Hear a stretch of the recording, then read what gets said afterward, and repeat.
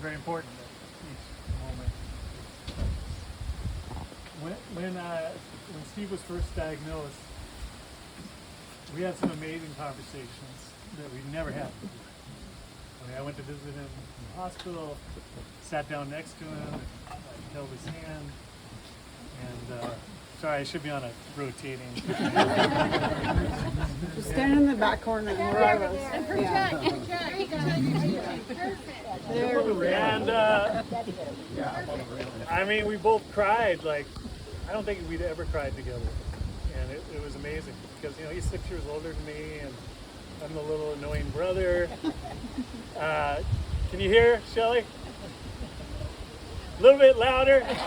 I was thinking about getting a mic, but just didn't get around to it. Yeah, there's room up, there are chairs and room up here. Yeah, come on up if you can. But I will yell louder. Yeah, I mean, it was just amazing having that time with him day after day. I mean, I think I spent more time with him in the last 4 months than I did in the previous 5 years. And it was really hard to do. And I know other people who went to visit him, Barney would call and see how, or text and see how he's doing, and he was over there a lot, just checking in on him, and I don't know. I mean, I had this whole plan of what to say, and I do want to say a few things about just what it was like being with Steve, living with Steve as a kid. I mean, for me, I was like kind of the opposite of him in a lot of ways. Like I was a people pleaser. I'd go to school and all I wanted to do was get straight A's, so everyone would like me. Steve, he wanted to do what he wanted to do. Like, that was his thing. It's like, if they want me to do something, well, I'm going to go try to make the power go out in the school so I don't have to stay there. And he actually did that. And so, because he had this way of just figuring stuff out. And he also had a way of learning things on his own. Like I had to be taught, but Steve could watch a YouTube video or talk to friends, or just stuff would come to him, and he just knew, like, oh, capacitors work like this. If I'm working on building an amp, then I just have to be careful that I don't kill myself. And so, anyway, you build all these radios, you build amps, you play music, but his real love, as a lot of us know, was sailing. Mm-hmm. And that came about, I don't know how it came about, to be honest. He might have gone sailing with somebody, and he got excited about it, but he ended up buying this Victor 21, first boat he ever had, and I'd never been sailing before, so I went with him, and he assured me that it can't sink. So I was like, cool. I'm like riding on the leeward side of the boat, pretty strong wind, but all of a sudden the wind starts picking up, and I'm like, damn, Steve, I'm getting kind of scared. So I was kind of freaking out. But, from that whole sailing experience, he learned, about Bernoulli's laws, and how sailboats are propelled. And to him, that was like, oh my gosh, what I'm learning in school actually has meaning in my life. And so from there is what turned him on to aeronautical engineering, because there's a lot of principles are the same. And so past is, how does that saying go? The rest is history. But it wasn't just one boat. It wasn't. I mean, I think I've counted up one time. I think he owned like 12 boats in his life. Some were sailboats. Some were. He built a boat in middle school. This 12-foot fiberglass boat. Mr. Morgus. Yeah. Mr. Morris. Yeah. But I think like one fundamental thing about him is he always wanted speed. Like he wanted to go fast. Whether that was his truck in high school, you know, and he was racing people home from. Barney knows about this. There's a lot of annoying laughs. Motorcycles and MG midgets. Yeah, yeah. But the sailboat, it was all about speed too. And you know, any boat he bought, he was always trying to make it better, trying to make it faster, spending ungodly amounts of money, probably getting new sails. Everything else. Anyway, there's a lot more I could say, but I'd like to leave it to other people to talk about Steve. I mean, I know there are people here that sailed with him, that went to school with him, that played music with him, that are family. There's a lot of family here. Hopefully you got to meet a lot of the family, everyone. You will, okay, awesome. Well, you're not done yet. Well, I'll be done. I'll be done soon. I don't remember you, but I remember it. Well, my name is Blair Stallcutt. Anybody remember me? I do, actually. I remember the name. I did. My father had the Olympia Marina and the Jacaranda. Well, my dad brought that from the Seattle Science Center and built that restaurant. Really? I started pumping gas at the gas dock when I was 9 years old. Oh. And I gave Steve, when he came in his boat, I gave him free gas. Oh. At the gas dock. Well, I shouldn't have, but I did. So later on, I'll move around a little bit. When Steve and I, we played at the Evergreen Ballroom. We went out there and jammed out there after school, in high school, and had a blast. It was empty. But we go out there 2 or 3 times a week, and his dad said, "Go ahead." And that was fun. We really had a good time. I played the sax, Steve played the bass, and those were good, fun days. And later on, I don't know, 15 years later, we reconnected, and I went up to his property up in Credit Way and helped him trim out the house that he owned up there. And we spent a couple different days together, just kind of reminiscing. He told me something very interesting that I'll never forget. You know that airplane that Boeing built with the radar on it? Yeah. He designed that. Oh, wow. Anyway. Yeah. Yeah, he designed that whole thing. He's smart. Wow. Can you imagine that? I can't even imagine that. He was so smart. And he was very modest about it, you know. Quiet guy. And Dale DeForest and I, we've been in touch, and he's kind of let me know that what's been going on, because, you know, I got a nice little Filipino wife there, Josie. We live in Tacoma now. But I have fond memories of being reckless in Olympia. And good things in Olympia. I remember when Dale bombed Olympia High School. Oh, is that right? He blew up the field.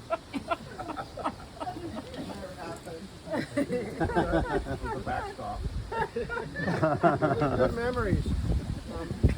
Your father. I think Steve Connon is videoing this. Your father and I have spoken. Oh, yeah. We sit out here on the deck and talk for hours. And your mom was a wonderful lady. Those were my childhood days. You know, it was 18 or 17. Those were good days. And if everybody here can have good days like I had with the Campbell family, more power to you. Thank you. Appreciate Yeah. it. Very good. I guess that's enough I've talked about. Thanks, Blair. Appreciate you coming up.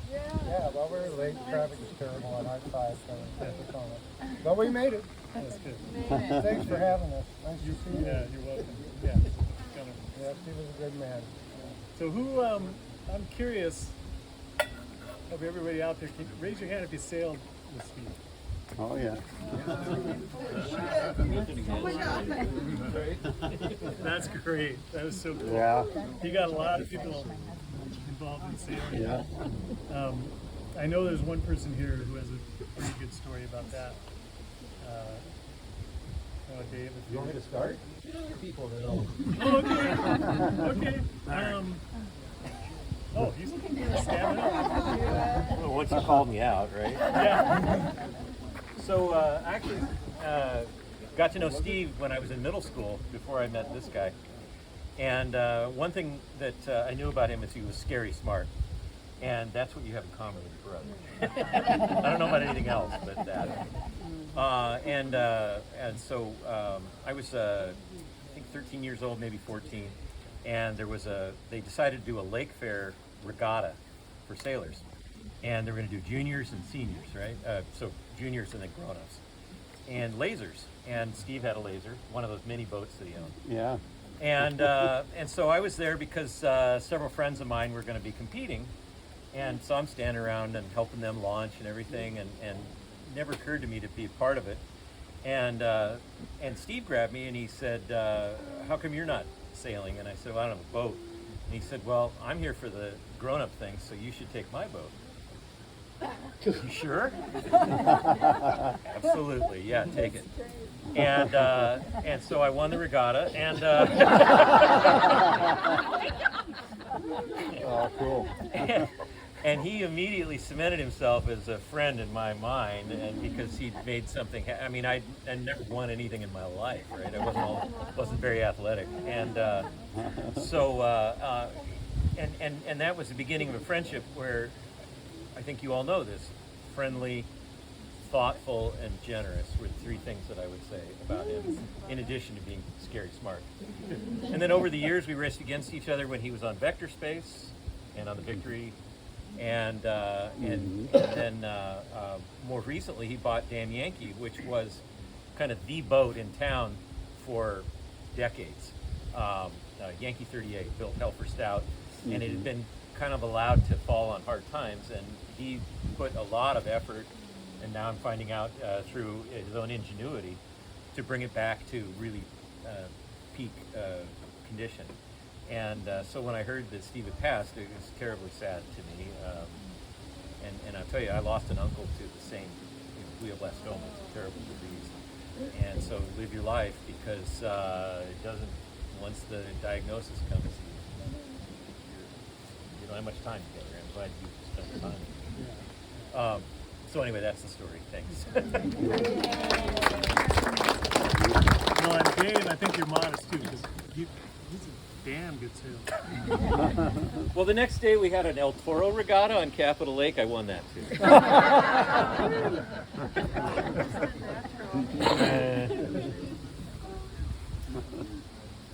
I could call people out like I did with David. I know there are people who live close by who have a dog that is very friendly with Steve's dog. I don't know if they want to talk about that. If not, I'm not going to mention any names. You talking about Lola?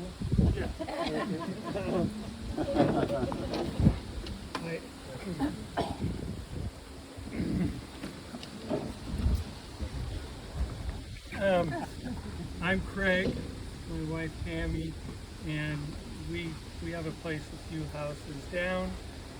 I love hearing these stories about Steve growing up, because we came kind of later in Steve's life through dogs.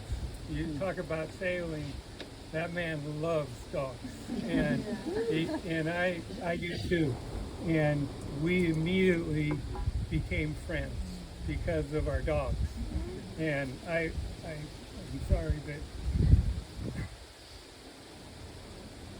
I just remember when we would show up, Steve, it didn't take long, would walk down with Rod, and especially, Rod, we did schooner too, that's when I first met him, and our dogs are our best friends. Our dog fell in love with Rod. Rod didn't really like our dog. We didn't care. We kept forcing them together. So, but I just And then I got to know Steve. We had him, down a few times for dinner and things like that. And I just am amazed at how smart he was. And at first he's so soft-spoken, he's so humble that I just thought, who is this guy? And what, besides liking dogs, what else? And then I learned these stories, and I just love the guy. I mean, he's one of those people who you can learn so much from, and I did. I remember he brought me down one time, and I sat in that room and watched a sailboat race with him.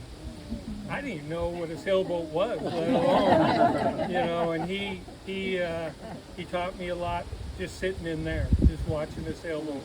So, just a great man who we miss dearly, and thank you for having us. Yeah. And I'd love to hear more stories about him, because some of these things I didn't know about. Especially Barney. I don't know if I should repeat any of your stories,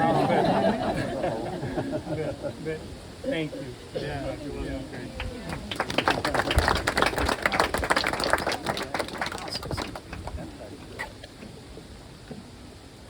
Hi, my name's Barney. I grew up out in the harbor, around the corner with Lance and Trish and Shelley, near the Campbell as well. My first memory of Steve was up at Boston Harbor School, and they had the old Quonset hut. I remember going there. And probably, I don't know, we were 11, 12, I don't know. And we're in the back of the school, and here comes Steve screaming up on his Stingray bike with the banana seat, holding a can of spray paint. Rolling Stones, frick yeah! Spray painted Rolling Stones on but then he saved me. We all went to Olympia High School. And back then they had the sophomore pond where they threw the sophomores. Yeah. Well, a couple guys grabbed me, and Steve was there. He was good size, so they told him to leave me alone. So I didn't get thrown in. But I've known Steve and done things with Steve, well, all my life. We sailed up to the San Juans, I think in '74, in that 21 Victory, Yeah. with an Irish setter named Barney. He was yelling at the dog, and I'm going, what? He's going, not you. And then I probably went, I think I sailed about on every boat that he had. Then the Blanchard came down, and Catalina, I think, and I'm not sure what other one he had, but yeah, we used to be pretty wild. I think he had a '65 Ford pickup.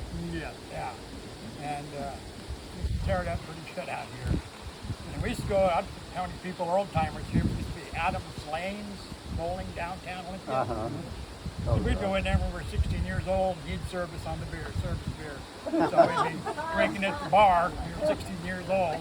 Yeah. Me and Steve and Ed Zimmerman. Not Shed. Just played a lot of music in there. Oh, yeah. Yeah. I'm surprised Tim Livingston isn't here. Why not? I don't know. He's down in California visiting his wife's mother. Well, I couldn't say anything he told you was a lie.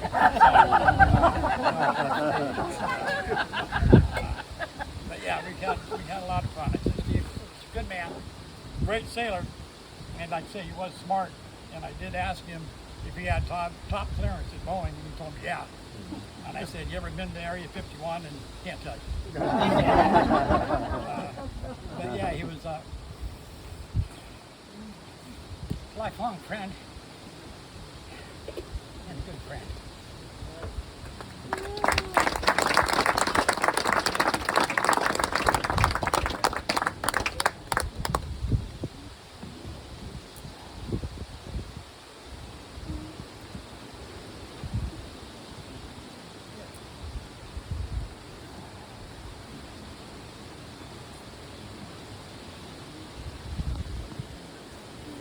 Call somebody out. I guess so. Yay, we need some more harbor stories. Well, I'm Don DeFord, and I grew up out here in the harbor too as a kid. And growing up with Steve, we were always sailing. I'd sailed his laser and stuff, and later on got one of my own. So, but anyway, like Barney was saying, we actually sailed up to the San Juans twice with that Victory 21. And I'll tell you what, when we were sailing across the straits, coming into San Juan Island, the wind came up and it was, we were sailing on a broad reach, you know, and the waves came up on the straits, and we probably had about 10-foot waves, and we were surfing on it in that little sailboat. Oh man, we climbed the waves and we just swished down and just really hauling. And it was kind of scary, but Steve was really into adventure. You know, he was such an adventurous person, you know, and so, you know, we had a lot of good times together like that. And he was into motorcycles and sports cars, and I was into motorcycles too. And we had a blast, just, you know, kind of had our own little gang, you know, Boston Harbor gang, BHRF.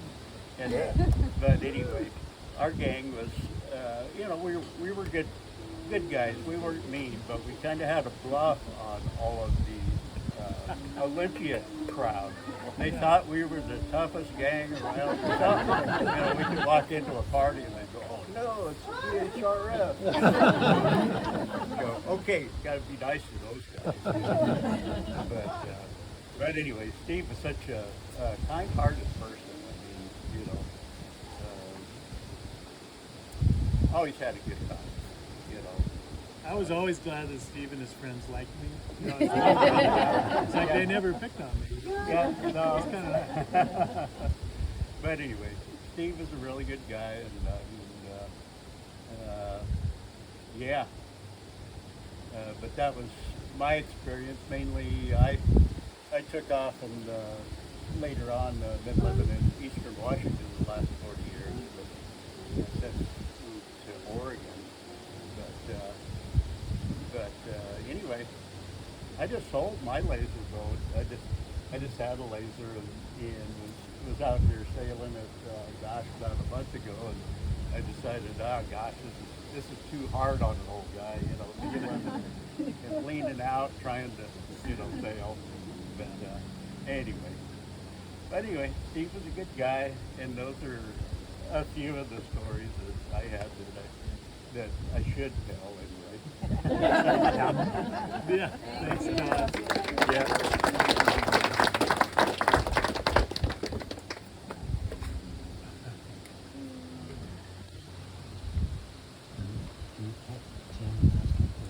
Yeah, I want to hear sometime about the parties at Squaxin Island. Oh, it's some wild ones. I can't remember. You can't remember. I think I was there. Riding wheelies on our motorcycles and stuff. It's a wild times, I'll tell you. Man overboard drills. He hated those. We'd just be leaning What's out. that dude's name? We'd just fall out. Remember that They'd dude? circle around to pick us up. What's the name? Artist, you know. Remember that dude that you were scaring the hell out of him in my little boat? It's a black dude. Rodney. Rodney. Yeah. Oh, Rodney. Yeah. Yeah. That was funny. Yeah. He said, "I can't swim." I know. I go, "Well, what the hell are you doing out here in the middle of the water?" Yeah, I was just thinking, anybody else want to talk about another area of Steve's life, or someone who knows him in a different way from the rabble-rousing high school guy? Or Somebody from Boeing.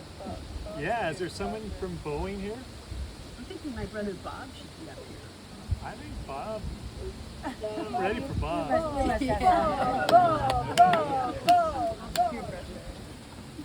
My stories aren't nearly as colorful. Especially because your mom's here. There might be some truth in that too. But I was probably the luckiest guy here, because from the time I started, my family had the property right next door, and we spent summers here. And from the time I've been coming down here all my life, but by 3 or 4 years old, Steve was here, and he was interested in and doing the same stuff I was interested in. So we used to always, he was always working on inventing something, even at 7 or 8 years old. And so I was right along there with him inventing it. And we built a lot of stuff on the beach and up on the hill behind our house. And probably the question that I can remember most, or the story I can remember the best, is several years. I was probably about 6 and Steve 7 maybe, and Steve was 10 or 11, and we were building what resembled a house, sort of, behind the cabin over at Old Orchard. And we'd surveyed it and had the first floor, and we decided we were going to build the second story. And so I made the mistake of mentioning something about it at dinner that night. My dad said, no, there's going to be no second story on that house. So Steve came up the next day and we surveyed it, and he says, well, that's okay. We won't build a second story, we'll just build a split level. So anyway, Dad came home that night, looked up the hill, saw what had gone on. He comes steaming after me, and he says, I told you there was to be no second story on the house. I said, Dad, it's not a second story, it's a split level. I was all about 6.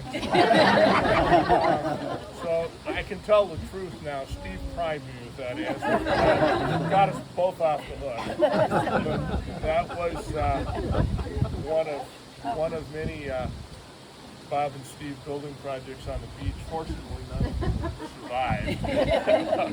But there was a fort over there. There was a fort up here, and what a fun big brother to grow up on the beach with. And I was actually kind of spoiled because I was pretty old before I realized that not everybody was as scary bright as he was. I just thought it was normal. But what a good guy. Yeah, Bob, remember the fort that was right there along the right-hand line? And you guys wouldn't let Mary Kay and I. So we had I remember that fort. And I think one day actually we told Lance if he jumped off it to slap his wing. Why?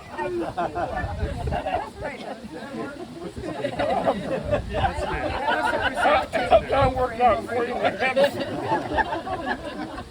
I guess I'm in denial about Steve's friends being nice to me. Well, for the most part we weren't, because you were an endearing little kid. But we used to be tried to figure out how to be a pain in the at Shelley's birthday party and things like that.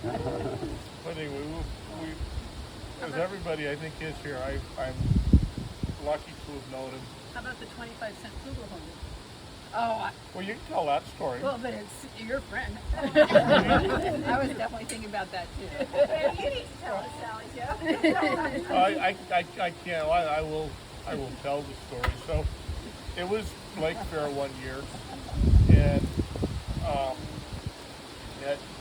at Lake Fair, I think that Steve or somebody from here, I think it was Steve, came home with this big long green horn that they were running around with, and for 2 days they were blowing it just like any 12-year-old kid would, or 8 years however old he was, having a grand time with it.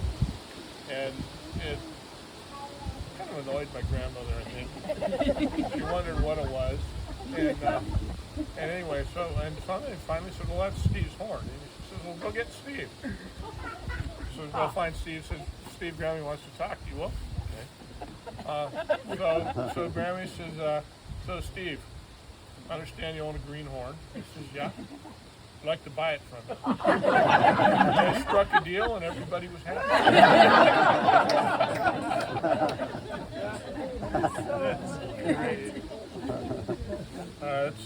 Anything else that I might tell, I probably really shouldn't.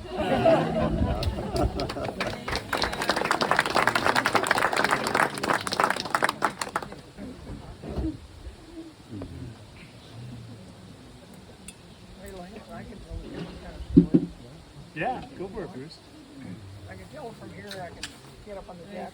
You want to get up on the deck? Come up on the deck. Yeah, come up on the deck. over here on the left, too.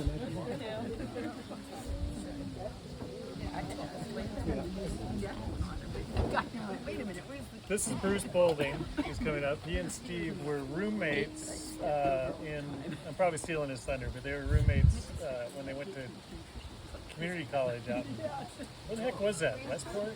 Whatever it is. Oh, wow. Grace Harbor. Harbor. Yeah. Oh, cooker cutters. Oh, I know the story he has. You do? Well, Maybe. I mean, I know one of them from that time period. Well, I don't know where he went. We lost him. I think he's getting better. Oh, there he is. Dehydrated, so I was looking for water, but I wound up with beer. Oh, darn. So, I'm Bruce Bolding. I grew up on out in the Boston Harbor area since I was a little kid. My folks moved from Seattle in 1960 when I was 4 years old. And they bought a place on Fish Trap Loop Road. And we moved into a trailer in 1958, 40 foot long by 8 foot wide trailer, while they were demoing the cabin that was on the property before they built the house. You might be asking yourself, why am I talking about a trailer that I lived in when I was 4 years old when you bet was about Steve? Well, I'll fold that back in to the story later on. So, grew up here in Boston Harbor way back when. I was in the same class with Barney and Don DeFord, a year younger than Steve. And I actually went to preschool, and I'm not kidding, in the back of a hot dog stand, directly across the road from the marina, way back when. And back when I went to elementary school in Boston Harbor, I was a year younger than Steve, when Boston Harbor was an independent school district, much like McLean is now, and still is. Yeah. And Joe Mahalik was the bus driver. Oh, yeah. Way back when. Yeah. My favorite teacher. Yep, he was Joe a character. Mahalik. So, I've known Steve since we were in elementary school, through high school. You know, we ran in different circles, so we really didn't know each other. We didn't call each other friends. But after high school, I went to junior college at Grace Harbor Community College in Aberdeen. Well, Steve was going there as well. And the first year I was down there, I had Jeff Bryant as a roommate. And here comes the trailer park. So I went down there looking for a place to live before I started school.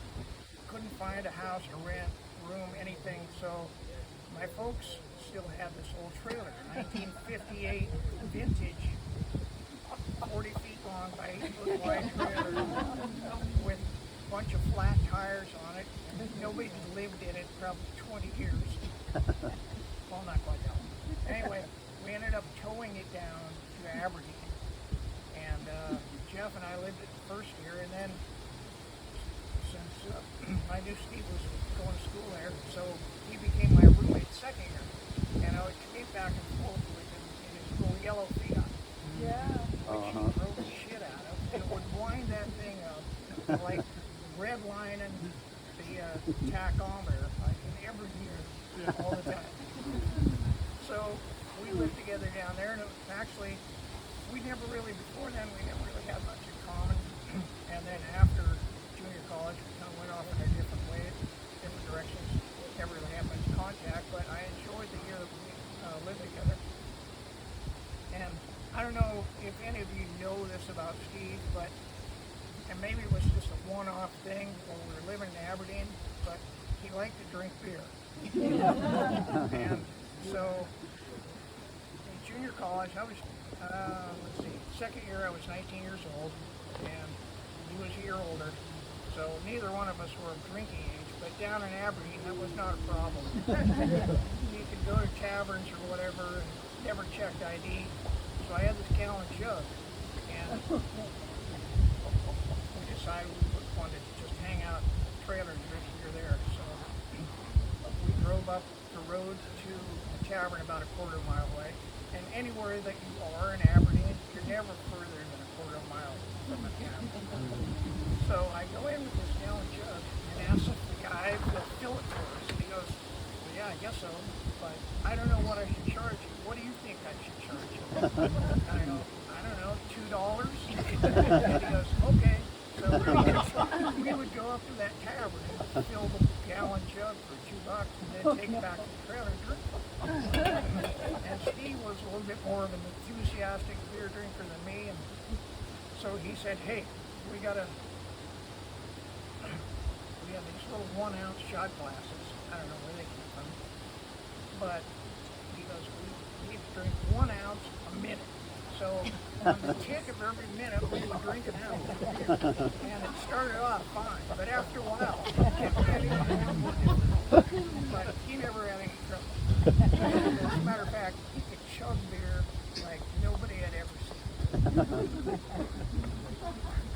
So that was one of the things that we would do in the trailer. And another thing, there was a big orange tomcat that lived in the trailer directly across from us. His name was Thomas. And he was a badass big tomcat. I saw him one day chase a German Shepherd out of and it rained a lot in Aberdeen. Thomas loved to come over and visit us because we would let him in our trailer. And he'd come in there and cruise around. But Thomas's owners never let him in their trailer, and I never knew why. Well, then I didn't know why. And we had this little concrete parking pad right next to our trailer, and there was a big depression in it. And it rains a lot in Aberdeen, so this thing would fill up with water, and it's like 4 or 5 inches of water in this thing, the parking pad that you had to go on to get to our front door. Thomas would come over and visit us. He would never walk around that. He would just like wade straight through. He was a badass tomcat. Then he would come up and visit, and periodically, after Thomas had visited, the trailer would smell like urine. But never for very long. It would disappear. I was like, okay, well, no big deal. So one day, Steve and I were sitting in the trailer, and Thomas was outside, so we invited him in, and we were smoking weed, and Steve decides, well, since we're smoking weed, Thomas should join us in our mental state. So he puts Thomas in this paper grocery bag, big paper grocery bag. Thomas was a big cat. He was like at least 15 pounds. So Steve's holding the paper bag up like this and scrunches it up to the top and then blows a whole bunch of weed smoke in there and he starts laughing. And then all of a sudden the bottom breaks out because Thomas is huge. He falls down the floor and he's like looking around like this, and we laughed at him. Blah, blah, blah. And then we kind of went on whatever we were doing. And I look up, and here's Thomas standing in the kitchen sink. I mean, it was 40-foot long trailer. It was 8 feet wide.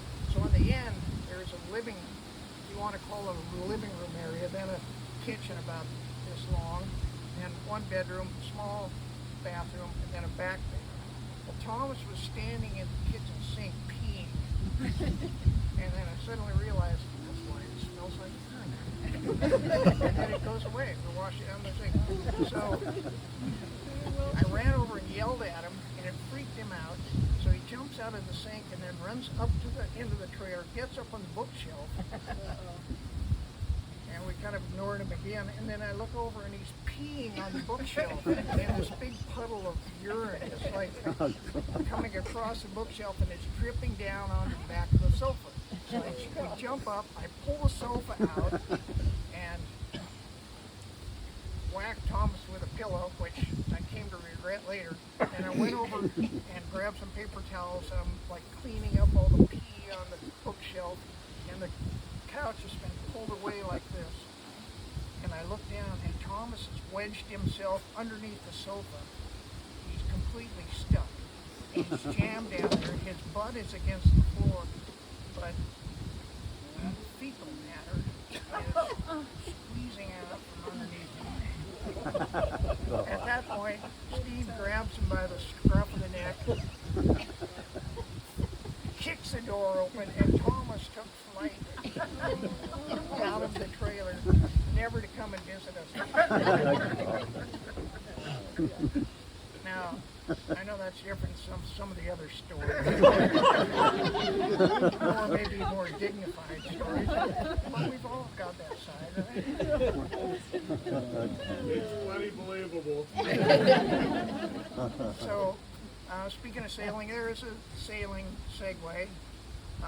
While Steve and I were going to school down in Aberdeen, he wanted to buy a laser, and then I agreed. We went in halves on the laser that he bought, so I would come down here and sail periodically, sailed on his Victory, and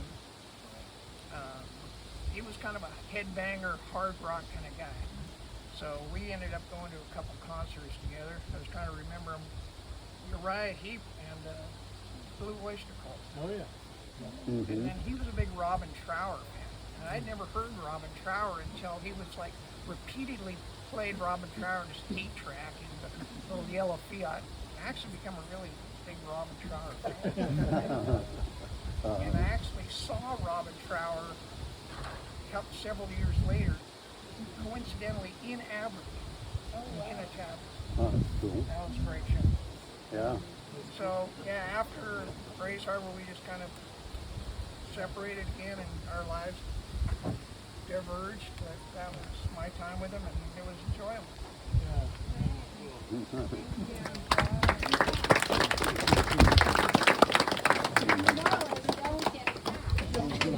Pardon me?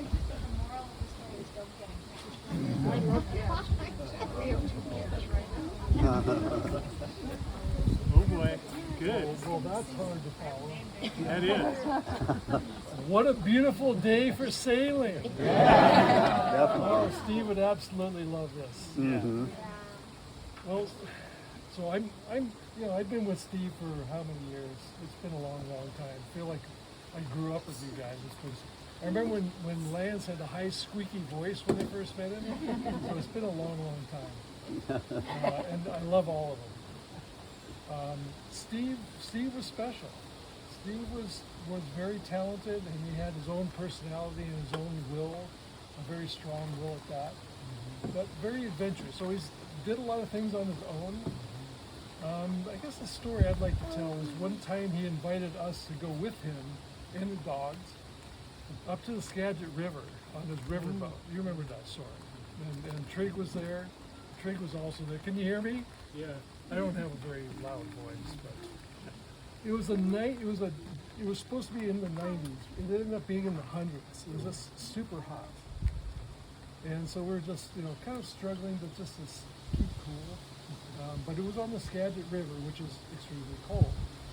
So we thought, well, we'll just go maybe try and find a place to go swimming, and we did. We found the perfect spot, and Trig and Soren decided that. It was the perfect spot because it was kind of shallow and it was kind of muddy. And at that time, Trig and Soren were about equally matched. This wouldn't happen today.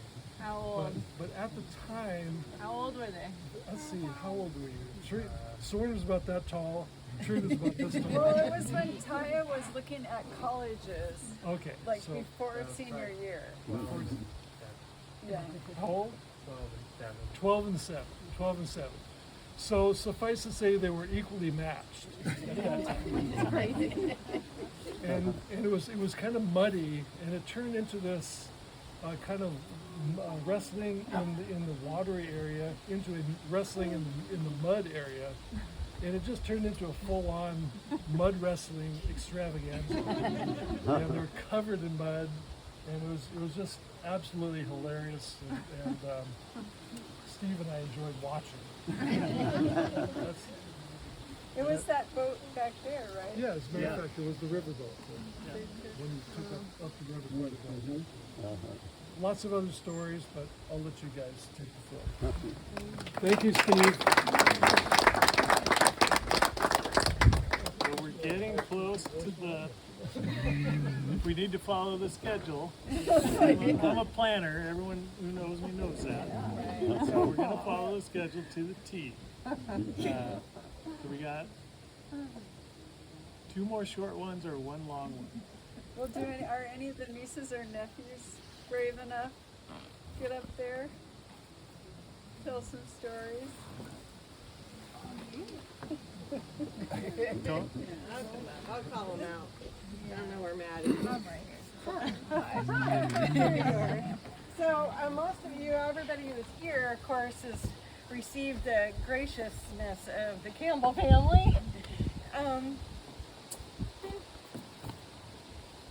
And so when you mentioned the nieces and nephews, I was thinking that there's a part of Steve that maybe his friends didn't see as much, but he was very humble and so gracious of heart.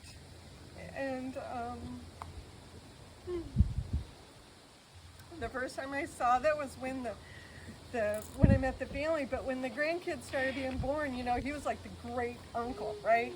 There were no like rules. You could go out in the sailboat and nearly kill yourself. You could use that hammer and that nail any way you wanted. You know, like all the best Christmas presents came from Uncle Steve. You know, he showed up for the family at every time and celebrated each of the kids being born. So, you know, came Madeline and Taya and Soren, all the rest of y'all, and Treg, of course. And we just, you know, really appreciated the fact that he always showed up for family. He always kind of had this quiet way about him, but then he would just be there when you needed something, or bring like the gift you were not going to give them. So I just want to say thank you to all of you guys, because he's just, you know, it really is how your family expresses love.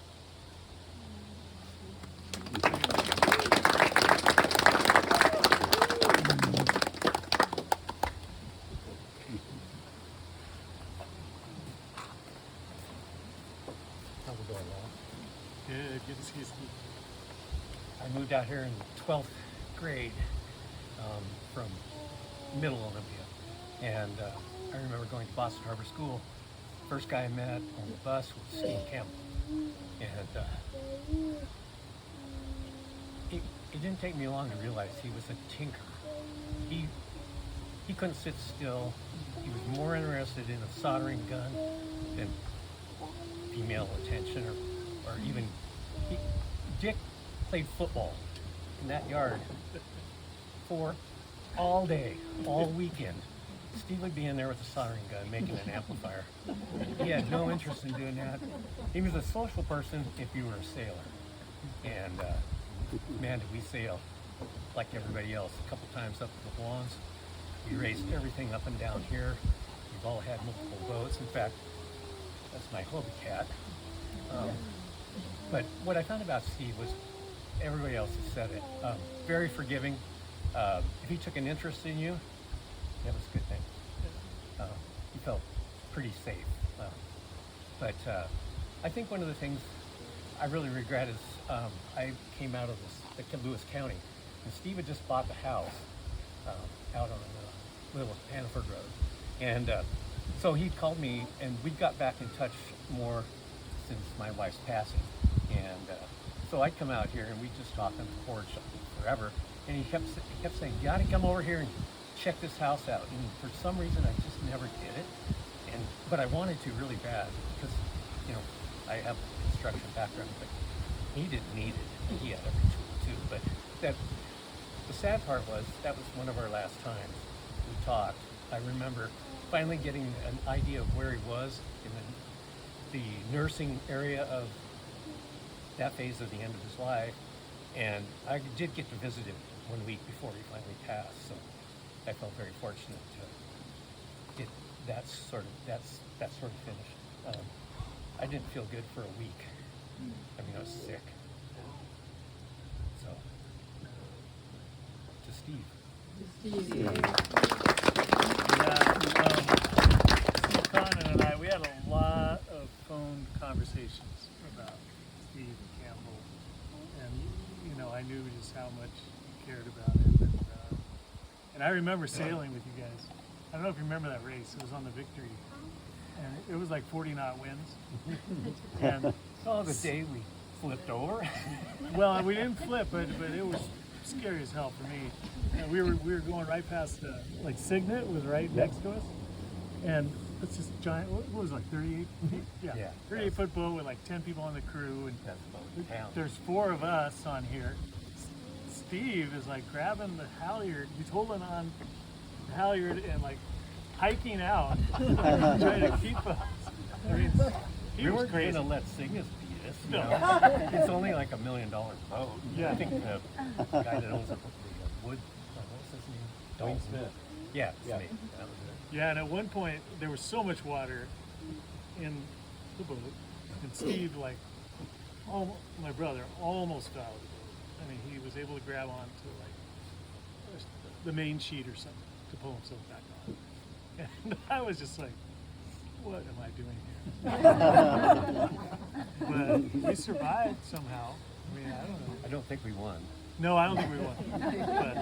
But I just remember you out on that. The guy we had to always beat was David Egg. I don't know if you between racing in the lower Puget Sound, but he had like just a 25-footer. Yeah. But our handicap wasn't quite enough to balance out because he was so good at every bit of this water. He knew where to be at every given time. So Steve Campbell chased him to hell and back because he wasn't going to let that guy beat him, like in so many of the things that he did. Thanks a lot. Yeah, thank you. Yeah, that was great. Well, I think Trish wants to come up Well, and maybe. I had this idea that we would do like a closing circle, which is a very teacher idea.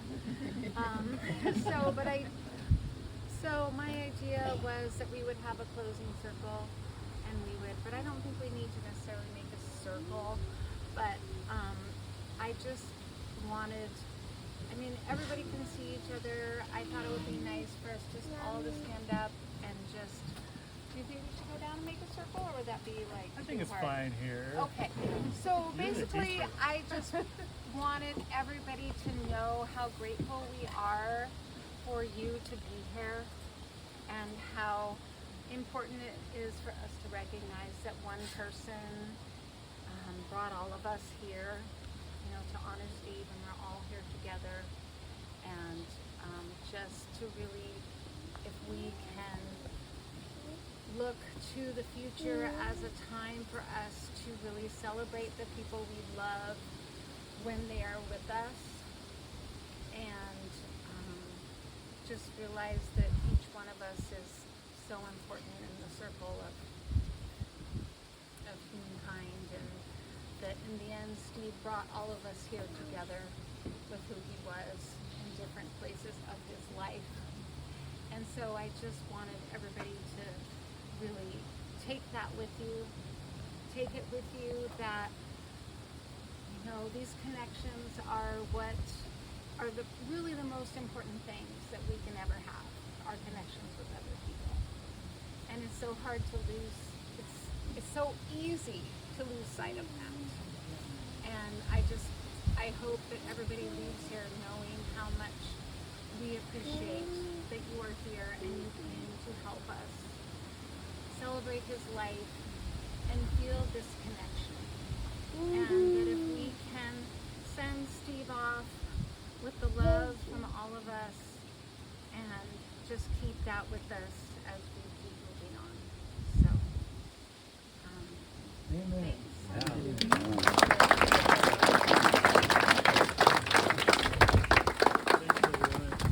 thanks for coming. Feel free to hang out and mingle and drink and eat. Check out the Hobie Cat. Yeah, the Hobie Cat's for sale. Everybody stay and have food. Yeah, hang as long as you want. I wish you have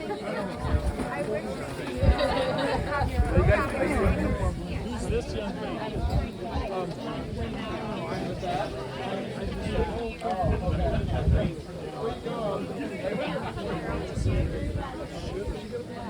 Right?